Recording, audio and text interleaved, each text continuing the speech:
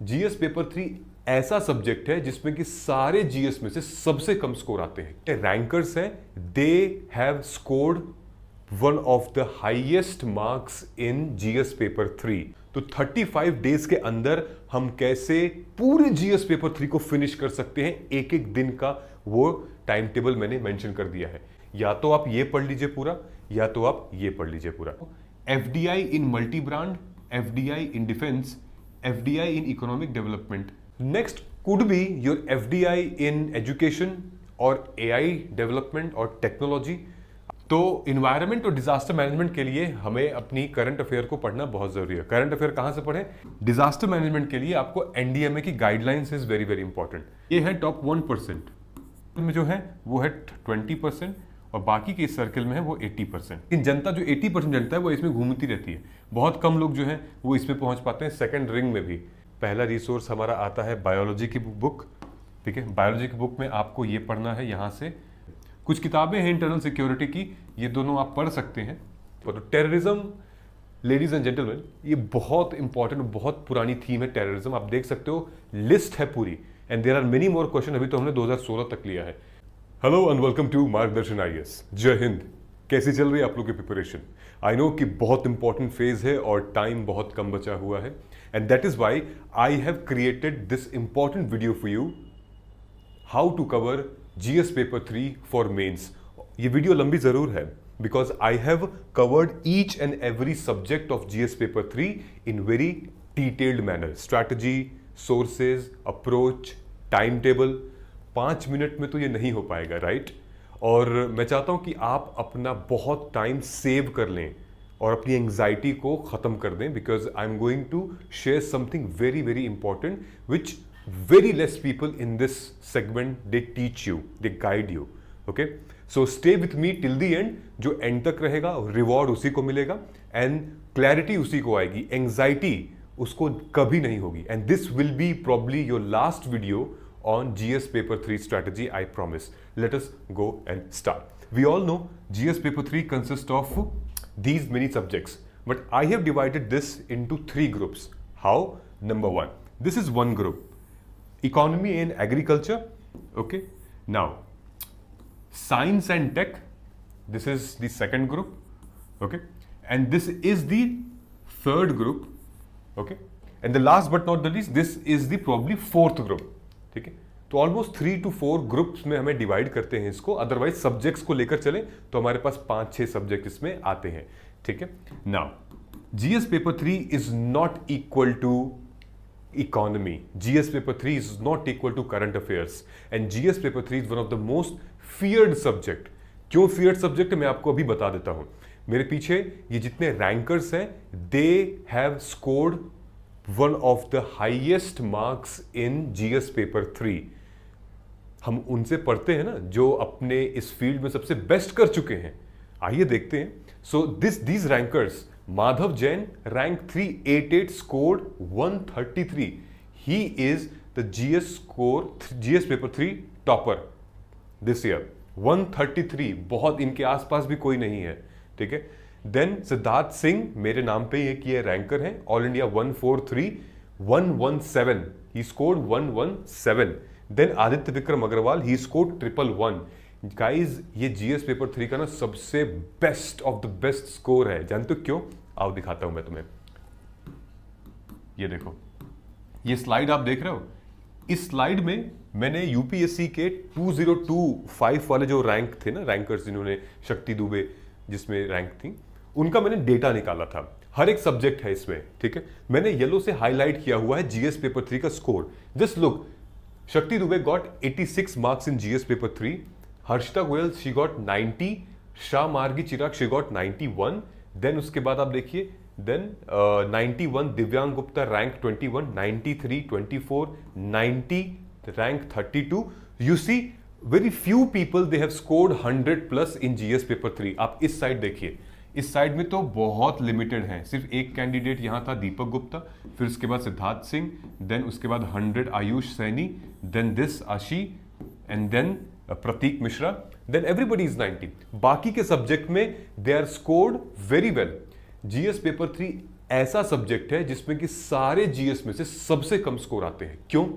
Just think about, ये तो rankers बन चुके हैं, व्हाट अबाउट दोज जो क्वालिफाई नहीं हो पाए हैं, उनका कितना स्कोर होगा? राइट? उनका कितना स्कोर होगा? 50, 60, 71, 68? क्या ऐसे स्कोर से हम क्लियर कर पाएंगे? नहीं। अपने कमजोरी को अपनी मजबूती बनाइए। Don't just leave as it is care, यार वो तो ऐसा सब्जेक्ट है ही, उसे रहने दो उसको। नहीं, ऐसा सब्जेक्ट नहीं है। इन लोगों ने कैसे कर लिया है? 107, 108, 111, 105, 104, इन लोगों ने कैसे कर लिया? There is a strategy, there is an approach and there is a trick towards it. Let us just get started. Okay, so before I start into this session, I would like to tell you 15th of September तक हमारा मार्गदर्शन और assessment guidance program is now available, यानी कि admission open till 15th। ये 2027 के batch का है, ठीक है? 2027 they are preparing because 21 months is left and this is 2026, only 8 months are left and then after pre 3 months are left, 11 months are left, 14,199। मैं अभी आगे चल के डिटेल में बताऊंगा इसके बारे में, अभी हम लोग थोड़ा ये देख लेते हैं, ठीक है? ये देखो, ये वेटेज है हमारा इस बार का जीएस पेपर 3 का वेटेज, मतलब ये दोनों अगर हम मिला लें 7 क्वेश्चंस आए थे and total comes like 85 marks के क्वेश्चन, ठीक? Then science and tech 450 and then security 450 and then environment 565, ठीक है? ऑन एन एवरेज लेकर चलें तो सब में आप ये सकते हो 50 मार्क्स के क्वेश्चंस आते हैं, ठीक है? तो when we talk about 50 marks तो 2 10 मार्कर और 2 15 मार्कर। ये डेटा देखिए, ये डेटा दिखाता है 2024 से लेकर 2018 तक on an average each subject carry an average score, ठीक है? कि लगभग इकोनॉमी एंड एग्रीकल्चर इतने क्वेश्चंस आते ही आते हैं। देन उसके बाद इंटरनल सिक्योरिटी से 50 मार्क्स का, साइंस एंड टेक से 50, इन्वायरमेंट एंड डीएम से 50 मार्क्स के क्वेश्चंस तो आते हैं। यानी कि आप एक्सपेक्ट कर सकते हो दो क्वेश्चन 10 मार्कर और 2 क्वेश्चन 15 मार्कर का इजीली।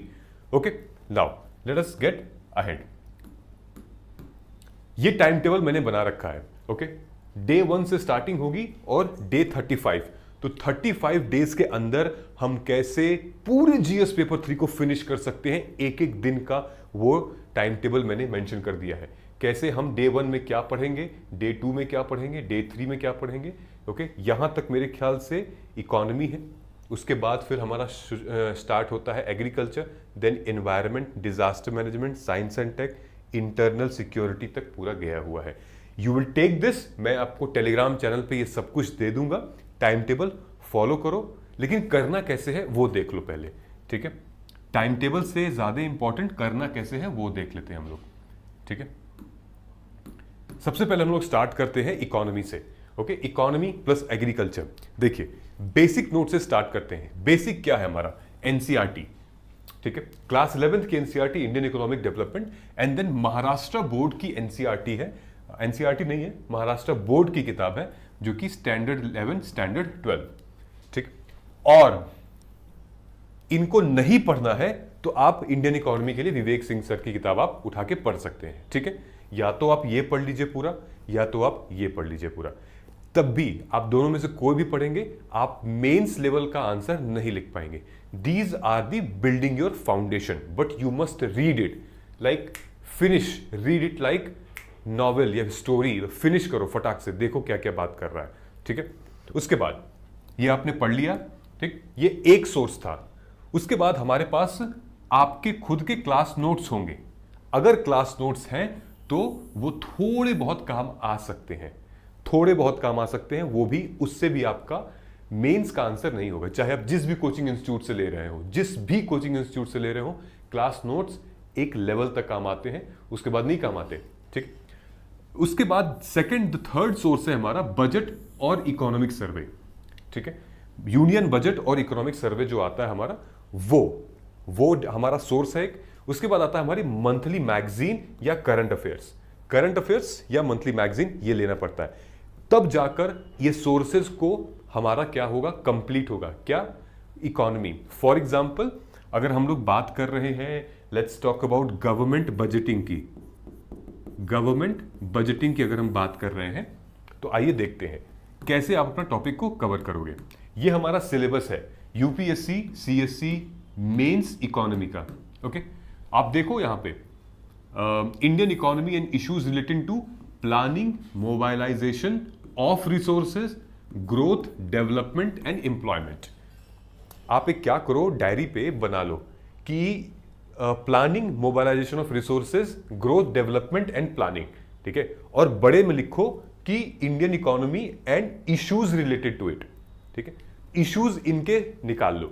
आपको सबसे आसान तरीका मैं आपको बता रहा हूं, इन्हीं के ऊपर नोट्स बनाना शुरू कर दो। What are the issues relating to planning, what are the issues related to the mobilization of resources, okay, then issues related to the growth of India, then development and employment of India. What are the issues? अब देखो for example यहां लिखा हुआ है government budgeting. ये क्या है, ठीक है, हम क्या करेंगे, सिलेबस से निकाल के पीवाईक्यू को मैप कराएंगे, फिर उसके बाद नोट्स लिखेंगे। ध्यान से देखिएगा।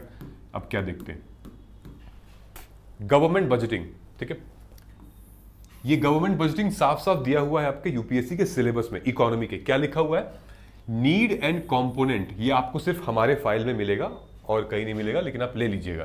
Need and component, need of government budgeting, what are the components of government budgeting, okay, which means the revenue and capital account, ठीक है, चेंजेस इन 2017 बजटरी प्रोसेस, ठीक है, उसके बाद मेजर्स ऑफ डेफिसिट, जो डेफिसिट हो रहा है, जो सरकार जितना खर्च कर रही है और जितना अर्न कर रही है, उसके बीच में जो डेफिसिट है, ठीक है, उसकी मेजरमेंट कैसे होगी, ठीक, what is revenue, physical and primary deficit, zero budgeting किसको कहते हैं, ठीक है, देन किस तरीके से हम डेफिसिट को कम कर सकते हैं, क्या स्ट्रैटेजी होगी, यही है गवर्नमेंट बजटिंग। अब देखिए कितने क्वेश्चंस आए हुए हैं 2013 से लेकर 2021 तक, they are many questions they have asked. For example GST तो इसमें आएगा ही आएगा। देखो 2017 में हमने जीएसटी इंट्रोड्यूस कर दिया था, तो देखो 2019 में, 2019 में जीएसटी पे क्वेश्चन था, 2020 में जीएसटी पे क्वेश्चन था, ठीक है। आप अगर ध्यान देंगे तो इसमें बहुत सारी चीजें कॉमन है। आपको क्या करना है, सबसे पहले तो आपको मैप करना है, पीवाईक्यू के सिलेबस मैप कर लिया आपने यहाँ पे, गवर्नमेंट बजटिंग देख लो यहाँ कितने। अब यहां से नोट बनाना शुरू कर दो अपना, start making note, and that would be your static note, ठीक है, ये अभी आपका स्टैटिक नोट है, ठीक है। जैसे आपने क्वेश्चन देखा कि explain the rational behind the GST, ठीक है, how covid impacted compensation end fund, आपको रीजन बताना है कि जीएसटी इतना एप्लीकेबल क्यों रहा कोविड-19 और क्या लॉजिक था जीएसटी को इंट्रोड्यूस करने में, ठीक है। 2019 में पूछा है कि enumerate indirect taxes which has been subsumed in the GST, also comment the revenue implication of GST introduced. So what would be the revenue का impact क्या होगा GST के implication से, GST को अप्लाई करने से, ऐसे क्वेश्चंस पूछे जा रहे थे आपके। फिर ये पूछा गया कि one of intended objective of union budget 17-18 is transform, energise and clean India, analyse measures propose to achieve इतना इतना ऑब्जेक्टिव, कैसे हम ये ट्रांसफॉर्म, ये ऑब्जेक्टिव अचीव कर लेंगे, ठीक है। फिर आया है एफआरबीएम एक्ट के ऊपर। So FRBM act is very very important, इसके ऊपर तो हमें कंटेंट तो क्रिएट करना है। ये एफआरबीएम एक्ट आपके प्री ओरिएंटेड भी होता है, मैं आपको भी प्री का भी दिखाऊंगा। So these are the government budgeting, okay. यहां से आपको एक कैपिटल वर्सेस रेवेन्यू बजट क्या होता है, ठीक है, ये साफ साफ बहुत इजी सेगमेंट है, क्वेश्चन है, ये आपको अपने एनसीईआरटीज में भी मिल जाएंगे और क्लास 12th की एनसीईआरटी बिजनेस स्टडीज में दिया हुआ है ये कैपिटल रेवेन्यू, ठीक है। आपको नितिन सर की भी किताब में मिल जाएगा, जो हमारा विवेक सिंह सर की किताब में, ठीक है। तो ये सारी चीजें आप लिख सकते हो। फिर उसके बाद फिजिकल हेल्थ इंडेक्स के ऊपर पूछा है, तो दो इंडेक्स के बारे में आज से पहले कभी यूपीएससी ने जीएस पेपर 3 में ये इंडिसेस और इंडेक्स के ऊपर नहीं पूछा था। पीआईबी की न्यूज थी, पीआईबी की न्यूज थी, mapping India's state economic resilience, on 2 अप्रैल 2025 को ये न्यूज आई थी। फिजिकल हेल्थ इंडेक्स, तो ये आपका करंट अफेयर का है, ठीक है, तो ये करंट अफेयर पढ़ना जरूरी है, ठीक है, डायरेक्टली करंट अफेयर से क्वेश्चन आया हुआ है, ओके। फिजिकल हेल्थ इंडेक्स वाला जो हमारा 2025 में आया था, ठीक। अब मैं आपको दिखाता हूं प्री में कैसे क्वेश्चंस आते हैं। ये हमने क्या किया है, पूरी चार्ट बनाई हुई है, यानी कि हमारा जो इससे पहले यूपीएससी प्रीलिम्स पीवाईक्यू अस्त्रा था 2025 के लिए, that was a super hit. बहुत बच्चों ने उसको परचेज किया और बहुत बेनिफिट उनको मिला। Got it? इकोनॉमी में, और अगर हम एग्रीकल्चर की बात करें तो अ लॉट ऑफ क्वेश्चंस, जहाँ पे यहाँ 40% वेटेज है, यहाँ इसका 60% वेटेज है। तो ये ध्यान रहिए, एग्रीकल्चर से बहुत क्वेश्चंस आते हैं, ठीक है। तो ये लाइन आप देख रहे हो सबसे ऊपर, ये प्री में पूछे गए क्वेश्चंस हैं। 35 question in last 12 years in from agriculture, ठीक है। हर ईयर में 3 क्वेश्चन गारंटीड है। फिर उसके बाद हमारा बैंकिंग फाइनेंस है, इंटरनेशनल ट्रेड है, इन्फ्लेशन है, फाइनेंशियल इंस्ट्रूमेंट, बैंकिंग सेक्टर, ये सारे हमने बना रखे हैं, कितने कितने क्वेश्चंस क्या क्या है, ठीक है। जो पहले के ये हैं लगभग 10, वो कोर एरिया है, मैक्सिमम क्वेश्चंस पूछे जाते हैं। ओके, चलो, जैसे ये है मोस्ट रिपीटेड थीम, अगर आप देखोगे ये, तो most repeated theme in Indian economy से, यहाँ से monetary policy, financial regulation, finance, Indian agriculture, investment, और एग्रीकल्चर में से agriculture and environment, banking and finance, budget related to agriculture, money market, then these are the few segments agriculture से questions आते हैं। For example ये देखिए, ठीक है, ये हमारा इन्फ्लेशन प्लस मॉनेटरी पॉलिसी का क्वेश्चन है, यानी कि कैसे हम अपनी मॉनेटरी पॉलिसी टूल्स को यूज करके इन्फ्लेशन को बढ़ा घटा सकते हैं। ओके, सो अब देखो क्या लिखा है यहाँ पे, the question asked in 2015 2 times with reference to inflation in India, which of the following statement is correct? ठीक है, अब बताइए कि कौन सा फॉलोइंग स्टेटमेंट करेक्ट होगा, कि मनी का सर्कुलेशन इंक्रीज करेंगे, डिक्रीज करेंगे तो फिर कंट्रोल कर सकते हैं इन्फ्लेशन। तो ये reduce the money supply through monetary tightening can reduce inflation, ठीक है। तो इन्फ्लेशन को कम करना है तो हमें मनी सप्लाई को कम करना पड़ेगा, ठीक है। Decrease money circulation helps in controlling the inflation, ये सही जवाब है, ठीक। फिर ये क्वेश्चन देखिए कि जब reserve bank of India SLR reduce करता है बाय 50 बेसिस पॉइंट, इनमें से कौन सी चीजें होती हैं, इनमें से कौन सी चीजें होती हैं जब आरबीआई एसएलआर को 50 पॉइंट रिड्यूस करता है, यानी कि मॉनेटरी पॉलिसी टूल में ये एसएलआर को 50 पॉइंट रिड्यूस करता है, which means scheduled commercial banks में कट देयर लेंडिंग रेट। जितने भी कमर्शियल बैंक हैं, आईसीआईसीआई, एचडीएफसी, ये लेंडिंग रेट जो हमें और आपको लोन देते हैं उनके रेट और कम कर सकते हैं, ठीक है। सो ये क्या हो रहा है यहाँ पे, reduction in SLR releases more funds for bank to lend and leading to lower interest rate, ठीक है। तो ये सारी चीज हमें समझनी पड़ती है और ये बहुत इंपॉर्टेंट सेक्शन है हमारे पूरे के पूरे प्री और मेंस का। तो आप नोट करके रख लीजिए कि जितने भी मॉनेटरी पॉलिसी टूल्स हैं, आरबीआई उनको ऊपर करती है, नीचे करती है, पॉइंट बढ़ाती है, रिड्यूस करती है, तो हमारे कंज्यूमर पे क्या इंपैक्ट पड़ेगा और कमर्शियल बैंक्स पे क्या इंपैक्ट। नाउ मेंस में कैसे क्वेश्चन आ रहे हैं, ये देखिए, मोबाइलाइजेशन ऑफ रिसोर्स, ये आपके सिलेबस से ही इंटरलिंक है। ओके, अगर आप देखो तो यहाँ पे इन्फ्लेशन एंड मॉनेटरी पॉलिसी, ये क्वेश्चन क्या आया है, what are the causes of persistent high food inflation in India, ठीक है। कमेंट करिए effectiveness in the monetary policy RBI to control type of inflation. तो ये सेम चीज नहीं है, यहां भी पूछ रहा है, यहां तो सिर्फ एक कमोडिटी के बारे में पूछ रहा है कि फूड इन्फ्लेशन जो बढ़ रहा है उसका रीजन क्या है और आरबीआई कैसे इसको कंट्रोल करेगी। तो यार आपको मॉनेटरी पॉलिसी टूल्स के बारे में बताना पड़ेगा, आपको बताना पड़ेगा कि आखिर किस प्रोसेस को हम, किस टूल को मॉनेटरी पॉलिसी के अगर हम रिड्यूस करें, इंक्रीज करें, तो फिर फूड का इन्फ्लेशन जो है वो लिमिट हो सकता है, कम हो सकता है, ठीक। फिर when you will see here एक रेगुलर पैटर्न आपको दिखेगा। क्या पैटर्न दिखेगा आपको, FDI in multi brand, FDI in defence, FDI in economic development. Okay, so directly foreign direct investment से क्वेश्चंस आ रहे हैं आपके मोबाइलाइजेशन रिसोर्सेज के अंदर। Talks about foreign direct investment in retail, ठीक है, ये रिटेल में हो रहा है। फॉरेन डायरेक्ट इन्वेस्टमेंट डिफेंस में, फॉरेन डायरेक्ट इन्वेस्टमेंट अब यहां पर हो रहा है इकोनॉमिक डेवलपमेंट के लिए। Next could be your FDI in education और AI डेवलपमेंट और टेक्नोलॉजी। आप प्रिपेयर रहिएगा इसके लिए, ठीक है। यहां से आप ऐसे अपने प्रिपेयर कर सकते हैं। तो अभी आप नोट्स बना लीजिए, इसके नोट्स रेडी हो जाने चाहिए, ठीक है, with current affair static part linked. Okay, so for example ये एक स्कीम है हमारी, ठीक है। Discuss the rational of the PLI scheme, what are its achievement and function outcome क्या होगा। अब ये स्कीम ऑलरेडी आ चुकी थी, ये देखिए PLI स्कीम 25 नवंबर 2024 को, ये करंट अफेयर का सेक्शन है। PLI scheme shaping India's industrial growth, okay, ये PIB की न्यूज है। तो करंट अफेयर तो करना जरूरी है ना इसमें, है ना। तो आप समझ में आ गया कि स्टैटिक पोर्शन हमें लिंक कर अच्छे से कवर करना है PYQ बेस्ड पे, और करंट अफेयर को आपको ऐड ऑन करते रहना है इस पे, ठीक है। तो आपका एक अच्छा कंटेंट रेडी होगा, ओके। यहां से आप पूरा कंटेंट निकाल सकते हैं, ठीक है। ये इस साल के हमारे जो मेंस का पेपर था उसमें फंस गया था ये क्वेश्चन, ये देखिए, analyze the impact of PLI scheme on India's manufacturing sector and potential in making India a global manufacturing hub, okay. This question it got common आ चुका था।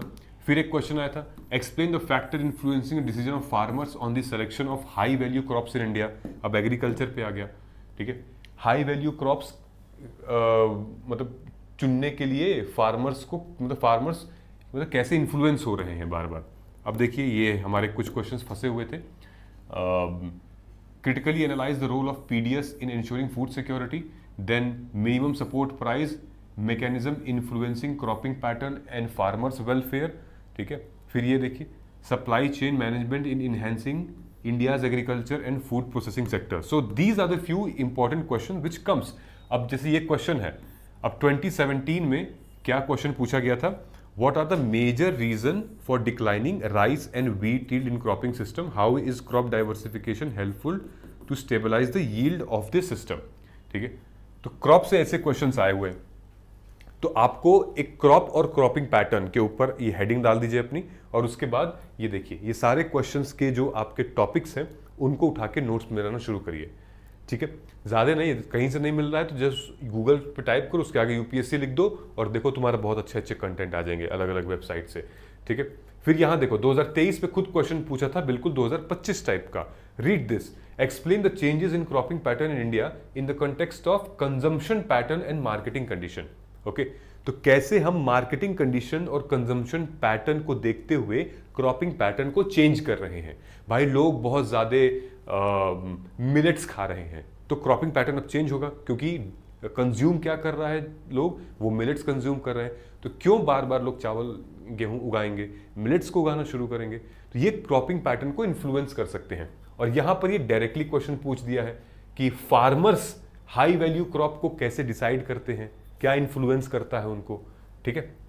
तो फॉर एग्जाम्पल फार्मर्स को क्या इन्फ्लुएंस करेगा, एक तो वाटर रिटेंशन हो, दूसरा पैसा कम लगे, तीसरा कि भाई वैल्यूज की बहुत ज्यादा हो, यही सारी चीजें ना है जो अपना वो देख सकें, है ना। उसमें नहीं ना फार्मर इन्फ्लुएंस होगा जहां पे बहुत पैसा खर्चा हो जाएगा फार्मर का। अब इस क्वेश्चन को ध्यान से देख लीजिए क्या लिखा है, examine the scope of food processing industries in India, elaborate the measures taken by the government in the food processing industries for generating employment opportunities। ये क्वेश्चन ऑलरेडी पूछा गया है कई बार 2019 में, elaborate the policy taken by the India to meet the food processing sector, ठीक है। फिर पूछा गया है challenges and opportunities of food processing sector, कैसे आप फार्मर की इनकम को आप एनकरेज कर सकते हो। 2022 में scope and significance of food processing sector in India, then again scope food processing industry in India, elaborate measure taken by the government industries for generating employment opportunities। अब आप बताइए कि अगर आप नहीं ऐसे आंसर्स को मतलब देखोगे, कैसे आप नोट्स क्रिएट करोगे अपने, ठीक है। ये ऑलरेडी पढ़ाया हुआ था मैंने एक साल, ये 2 महीने पहले और ये 1 साल पहले, यही सेम चीज मैंने पढ़ाई हुई है, सेम चीज मैंने, ओके, 1 साल पहले। ऑलराइट गाइस, तो हमें क्या करना है, देखिए हमारे पास अभी सिर्फ लिमिटेड टाइम बचा हुआ है, सितंबर में 15 दिन एंड देन ऑल टुगेदर हमारे पास 138 डेज बचे हुए हैं। अगर हम अपने जनवरी तक मेंस रेडी हो जाते हैं तो only 1104 hours left, almost 1104 hours is left in your journey mains oriented के लिए। तो हम लोग इस तरीके से कवर करेंगे कि पहले थोड़ा सा GS1 देख लेंगे, फिर अक्टूबर में GS2, और फिर उसके बाद नवंबर में GS3 एंड देन दिसंबर GS4 एंड देन उसका रिवीजन करेंगे। ये हमारा फेज चलेगा, ठीक है। हमारे पास टाइम वैसे भी बहुत कम बचा हुआ है, बट इस पूरे टाइम में आई विल हेल्प यू। आने वाले टाइम पे ये देखिए, ये हमारा लेक्चर जो हमारा प्रोग्राम है, मेंस गाइडेंस प्रोग्राम जो क्रैश कोर्स है मेंस का, okay, this is mains crash course, okay. ये क्रैश कोर्स जो है ये ऑलरेडी स्टार्ट हो चुका है, इसमें हिस्ट्री का सेगमेंट खत्म हो चुका है, ओके। आप क्या करेंगे, जब आप एनरोल करेंगे तो ये मैं आपको रिकॉर्डिंग दे दूंगा, आप जरूर देखिएगा इसको, ओके। अभी मैंने इसमें वर्ल्ड हिस्ट्री और पोस्ट इंडिपेंडेंस नहीं किया है, तो आप ये रिकॉर्डिंग देख लीजिएगा। यहां पर आपको क्या करना है, इकोनॉमी से लेक्चर स्टार्ट हो रहा है, ये पूरा जीएस पेपर 3 हम कवर करेंगे लगभग 6 नवंबर तक डिटेल में। उसके बाद फिर हम लोग आएंगे society, then geography, then polity, then ethics, ठीक है, ये हम लोग कंप्लीट कवर करेंगे। इसकी रिकॉर्डिंग मैं आपको दे दूंगा। आप 16 से जो बैच स्टार्ट हो रहा है वहां से आप आ जाइए और देखिए पूरी चीजें हम लोग डिटेल में कवर करेंगे, ऐसे ही एक एक पॉइंट पे, एक एक टॉपिक पे लेक्चर है, एंड देन स्ट्रैटेजी कैसे हम इसको लिखेंगे, आंसर राइटिंग कैसे करेंगे, नोट कैसे बनाएंगे। मैं आपको कुछ अपने नोट्स भी दूंगा, कुछ रैंकर्स के भी नोट्स दूंगा, कुछ हमारे ऑलरेडी मार्गदर्शन के नोट्स बने हुए हैं इसके ऊपर, वो देंगे। Alright, so these are the few sections आपको आने हैं। आपको सिर्फ और सिर्फ लगभग 100 आवर्स मुझे देना है out of all these things, you know 1104 hours है। You have to give me 100 hours so that I will make your rest of the 1000 hours more productive. यही आपको करना है इसमें, ठीक है। And then you can see हर Tuesday, हर थर्सडे को लेक्चर्स होते हैं, आप आइए 7 से 9। नहीं आ पा रहे हैं तो आप रिकॉर्डिंग देख लीजिए। आप ग्रुप में आंसर राइटिंग, हम लोग आंसर राइटिंग सेशंस भी लेते हैं, आंसर भी वैल्यूएशन होती है, तो उससे आपको रियलिटी पता चलती है और कॉम्पिटिटर्स जो आपके कलीग हैं उन पे पता चलता है कि आखिर क्या चल रहा है, कैसे लोग आंसर लिख रहे हैं। तो इसको आप जरूर ले सकते हैं। और इसी के साथ साथ आप ये है guidance program, mains guidance program, और कूपन कोड आप लिख सकते हो MGP 2026 for mains guidance program and MAGP for 2026 for mains and pre guidance program.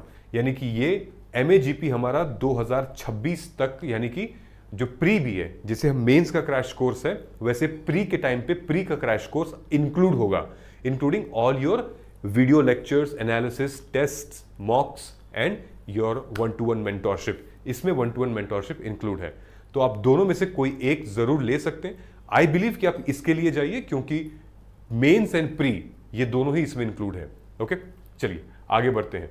और also you will get free 12 years of PYQs of mains, वो भी all the level wise updated 2025 का high priority topics, and then segregated पूरा subjects, GS paper 1, 2, 3, 4 ऐसे, everything you will get from here. Free में मिलेगा आपको जब आप ये ऑलरेडी प्रोग्राम ज्वाइन करेंगे। और ये तो खैर आपको पता है इसकी वैल्यू क्या है, बहुत इंपॉर्टेंट है, ठीक है। This is the thing, level 1, 2, 3, 4 आपको ये सारी ई बुक्स मिलेंगी, आप डाउनलोड करिए, प्रिंट करिए और पढ़ाई शुरू करिए, ठीक है। चलो हम लोग शुरू करते हैं अब एनवायरनमेंट और disaster management. Source number 1 environment और डिजास्टर मैनेजमेंट का वो आता है आपका फॉरेस्ट, जो PIB की एक रिपोर्ट आती है, फॉरेस्ट की जो रिपोर्ट आती है, एनुअल रिपोर्ट मार्च में आती है, वो बहुत इंपॉर्टेंट है आपके लिए, ठीक है। ये मार्च में रिपोर्ट आती है कि इंटरनेशनल डे ऑफ फॉरेस्ट के दिन ये लोग फॉरेस्ट रिपोर्ट भी निकालते हैं। इस बार भी आई थी और हर बार आती है, ये जरूर हमें लेना है, ठीक है। उसके बाद आता है हमारा करंट अफेयर, ठीक है। तो इन्वायरमेंट और डिजास्टर मैनेजमेंट के लिए हमें अपनी करंट अफेयर को पढ़ना बहुत जरूरी है। करंट अफेयर कहां से पढ़ें, ये है, क्या है ये, न्यूज़पेपर की एडिटोरियल। अगर आपको नहीं पढ़ने आ रहा है तो आप वीडियो देखिए, वीडियो लेक्चर्स देखिए, जहां पर इसकी क्लैरिटी आपको मिलेगी। यहां से आपको बहुत कुछ पता चल जाएगा। जैसे ये देखिए, the disaster management amendment bill is naughty, so क्यों प्रॉब्लम दे रहा है, ये 2024 की बात है, ओके।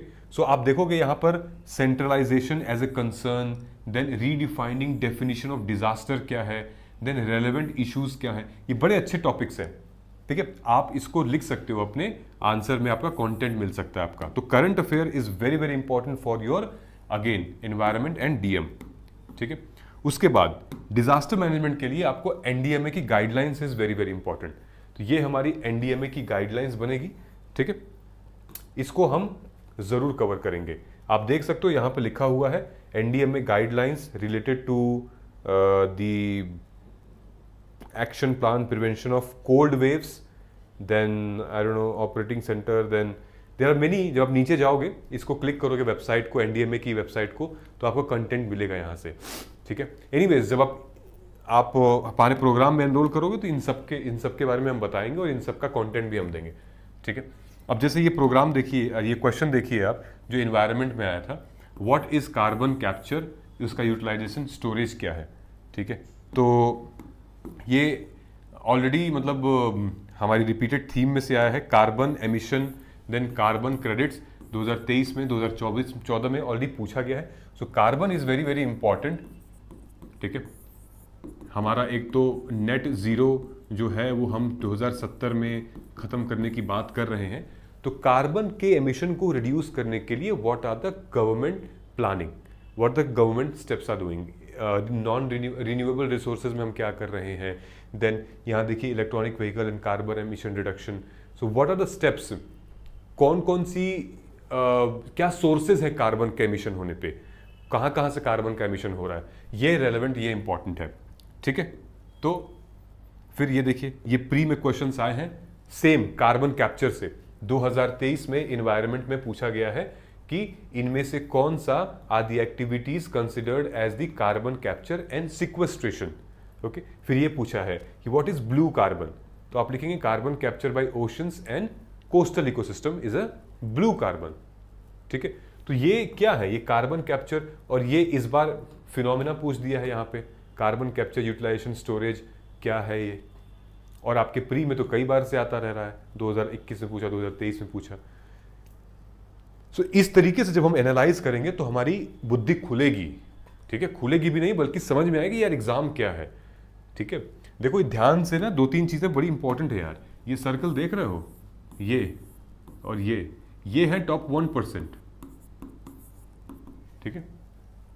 बाकी के ये इस सर्कल में जो है वो है 20% और बाकी के इस सर्कल में है वो 80%, ठीक है। 80% जो है वो बहुत मुश्किल से घुस पाते हैं इसमें, जो घुस पाते हैं वो निकल जाएंगे।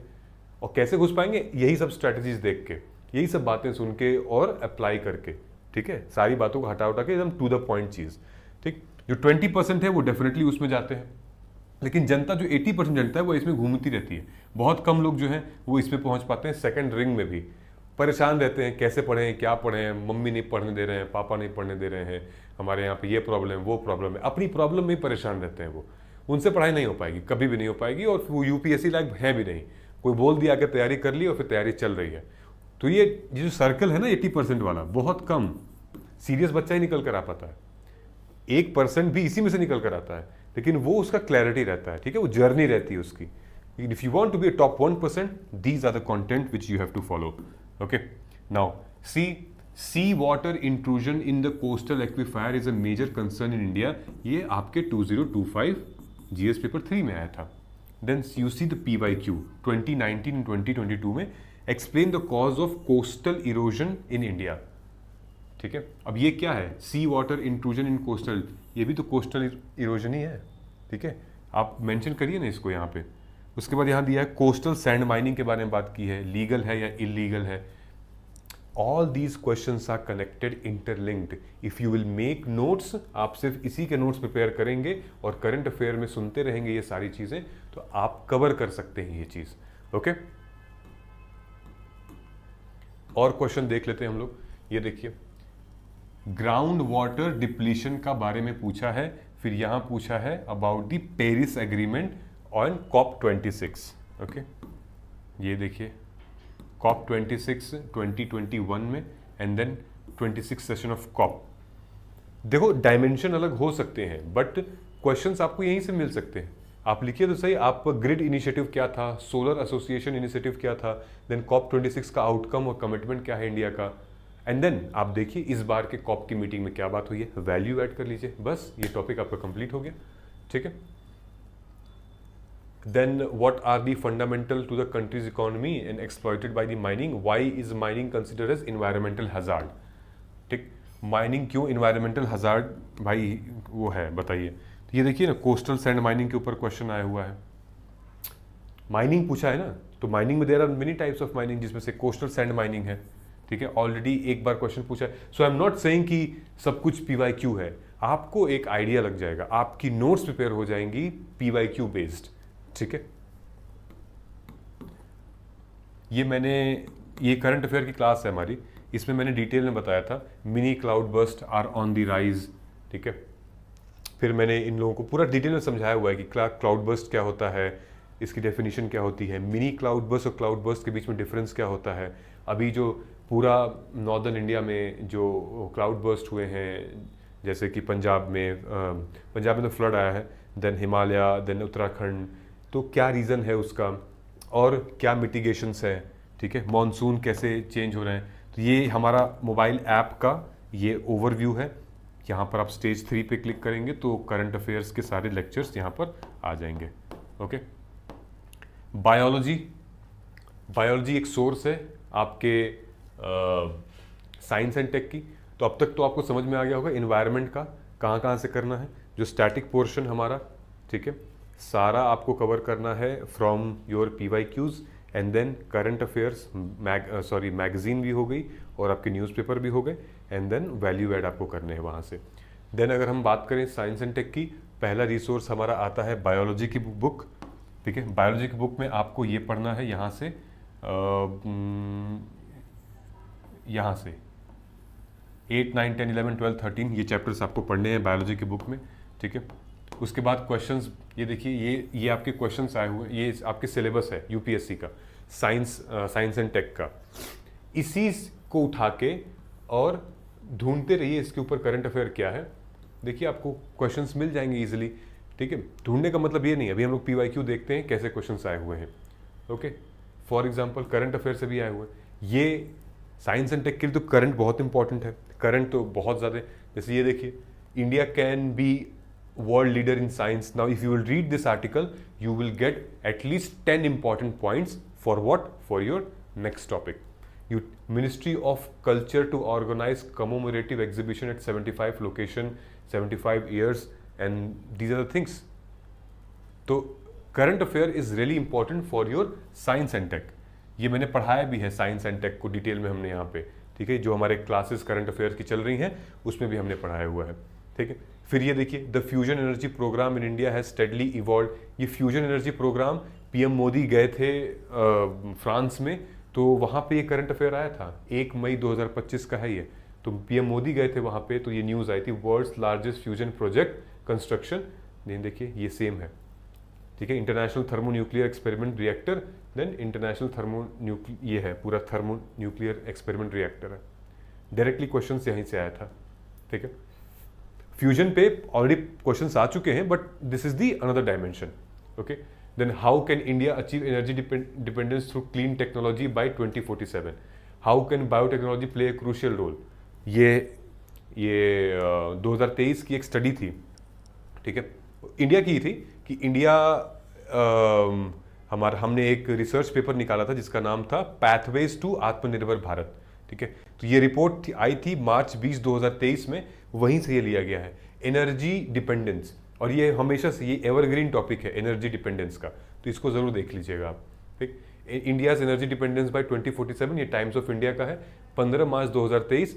ये पूरा का पूरा आर्टिकल ही है, गवर्नमेंट ने खुद निकाला था कि हम कैसे एनर्जी इंडिपेंडेंस हो जाएंगे बाई द नेक्स्ट 2047, ठीक है। ये सारा क्वेश्चन देखेंगे आप बायोटेक्नोलॉजी के ऊपर, all the questions are like you will feel there is some commonality in it, ठीक है। You see here this question, what do you understand by how can biotechnology improve living standard of farmers? ठीक है, अगर आप syllabus देखोगे, syllabus में क्या कह रहा है, सिलेबस में बात कर रहा है साइंस एंड टेक्नोलॉजी, उनका development and application in everyday life, ठीक है, achievement on Indian science technology Indianisation. तो साइंस एंड टेक्नोलॉजी का एप्लीकेशन इन इंडियन लाइफ, तो देखिए बायोटेक्नोलॉजी, ये भी तो टेक्नोलॉजी है, इसका application in Indian living standard of farmers के बारे में पूछा है, ठीक है। ये 2021 में आया था कि research and development achievement in applied biotechnology और how this will help the poorer section of the society, ठीक है। फिर उसके बाद why there is so much activity in the field of biotechnology in our country, how this benefit the field of biopharma। तो आप समझ रहे हो कि अप्लाइड टेक्नोलॉजी के बारे में बात हो रही है, तो डिटेल में यहाँ लिखा हुआ है ऑलरेडी आपको, ठीक है। So these are the few question. जैसे ये क्वेश्चन पूछा है 2020 का, नैनो टेक्नोलॉजी से का मतलब क्या होता है, how this will help in health care sector, ठीक है। तो और यहाँ इन लोगों ने पूछा था इस साल 2025 में कि नैनो टेक्नोलॉजी का मतलब इम्पैक्ट एग्रीकल्चर सेक्टर में क्या होगा। वहाँ हेल्थ सेक्टर ने पूछा, अब एग्रीकल्चर सेक्टर ने पूछा, और फिर पूछा है कैसे सोशो इकोनॉमिक फार्मर की कंडीशन ठीक कर सकते हैं। तो ये सब जब तक आप थीम पकड़ोगे नहीं तब तक कैसे हो पाएगा। ये देखो, ये क्वेश्चन था, ये पकड़ा, ये nano technology helping in health sector 2020 और ये हेल्पिंग इन फार्मिंग सेक्टर 2025 का, ठीक है। नोट्स हमें इस पे प्रिपेयर करनी है, ठीक है। तो पढ़ने का तरीका आपको पता चल गया। इस पे क्वेश्चंस हमारे फंसे भी थे। Explain the role of nano technology environmental conservation with suitable example, ये हमारे क्वेश्चन एग्जैक्टली फंस गया था, ठीक है। ये क्रॉप प्रोटेक्शन नैनो टेक्नोलॉजी ये ऑलरेडी आया हुआ था न्यूज़ में, मनसुख मांडविया जी जिक्र कर रहे थे इसका कि फार्मर्स के लिए कैसे हम हेल्प कर सकेंगे नैनो टेक्नोलॉजी के फील्ड में। ये जून 2025 की न्यूज़ है, ठीक है।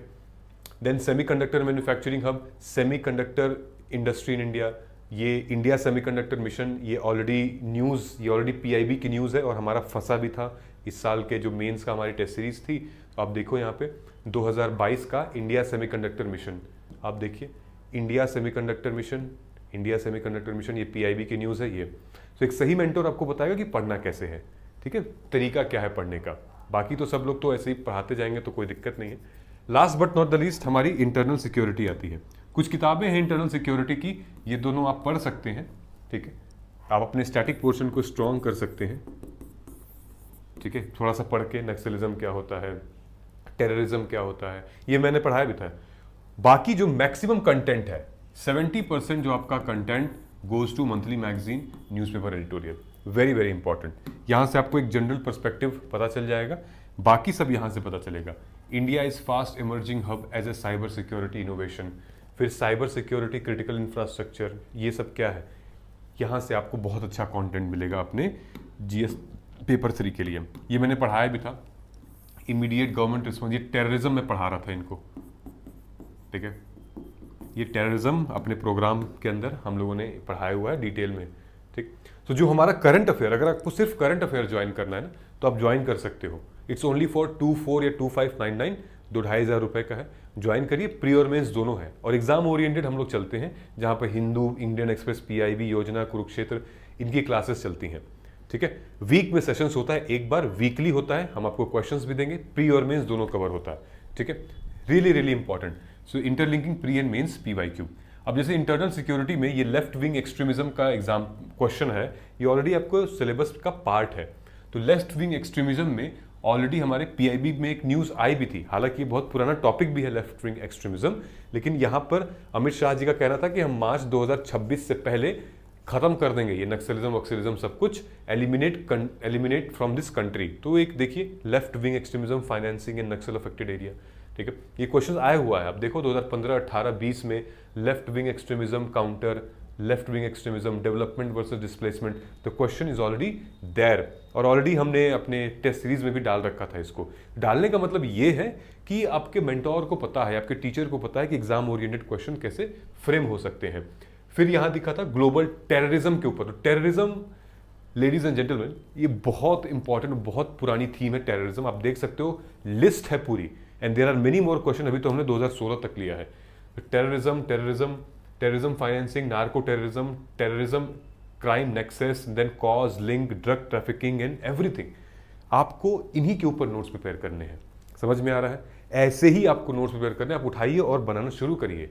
Just Google it. अगर आपके पास सोर्स नहीं मिल रहे हैं, जस्ट गूगल इट, गूगल करिए न्यूज़। मैं आपको साफ साफ बता देता हूं कि अगर आपके नोट्स में आपके पीवाईक्यू आंसर सॉल्व नहीं हो रहे हैं तो आपके नोट्स अच्छे नहीं बने हुए। अगर आपकी नोट्स पीवाईक्यू का जवाब नहीं दे पा रही हैं तो आपके नोट्स सही नहीं बने हैं, ऑर्गेनाइज नहीं है, आपको चेक कराने पड़ेंगे, आपको फिर से बनाना पड़ेगा, क्योंकि फिर क्या ही मतलब है ना नोट्स प्रिपेयर करने का, ठीक है। Major challenges to internal security and peace process, already there are part of questions from the north eastern states, north eastern India 2017, India Myanmar border, north east 2019, the questions has already been asked, okay. Then maritime security vital, maritime security पे question आया हुआ है हमारे security पे। तो ये देखिए maritime security पे पहले भी तो 14 में, 22 में, 25 में क्वेश्चंस पूछे गए हैं, मतलब 25 में तो इस साल पूछा गया था। So these are the few things जो कि हमें आइडेंटिफाई करना होता है, ठीक है। सो ऑलरेडी ये सारी चीज़ें मैंने पढ़ा रखी हैं इसमें। जैसे मैरीटाइम सिक्योरिटी के लिए रिसेंटली गवर्नमेंट ने Indian port act, merchant shipping act, carriage of goods, bills of lading, ये सब पूछा गया था। देखो थोड़ा सा चैलेंजिंग पेपर है क्योंकि यहाँ पर there is no one subject, there is like 5 subject and you have to write static portion of those 5 subjects and then interlinking the current affairs to it. But the most important is that static part. अगर वो static part आपके exam oriented से link है, जो examiner पूछ रहे हैं उससे लिंक है, फिर उसी के पे आप करंट अफेयर ऐड कर रहे हो, तो आपका कंटेंट बहुत अच्छे से निकल कर आ जाएगा। अदरवाइज तो फिर सब लिख ही रहे हैं, कर ही रहे हैं। तो ये रेलेवेंट है, इसको आप लोग खत्म करिए, ठीक है। So this is it for now, I think it is over. कोई भी चैलेंजेस अगर आते हैं इस पूरे जर्नी में, सेक्शन में, तो मुझे कमेंट करके बताइएगा आप कि ये चीज़ समझ में आई, ये चीज़ नहीं समझ में आई, तो हम उस पर रिप्लाई करेंगे। Thank you so much and I shall see you in the session. जय हिंद, जय भारत।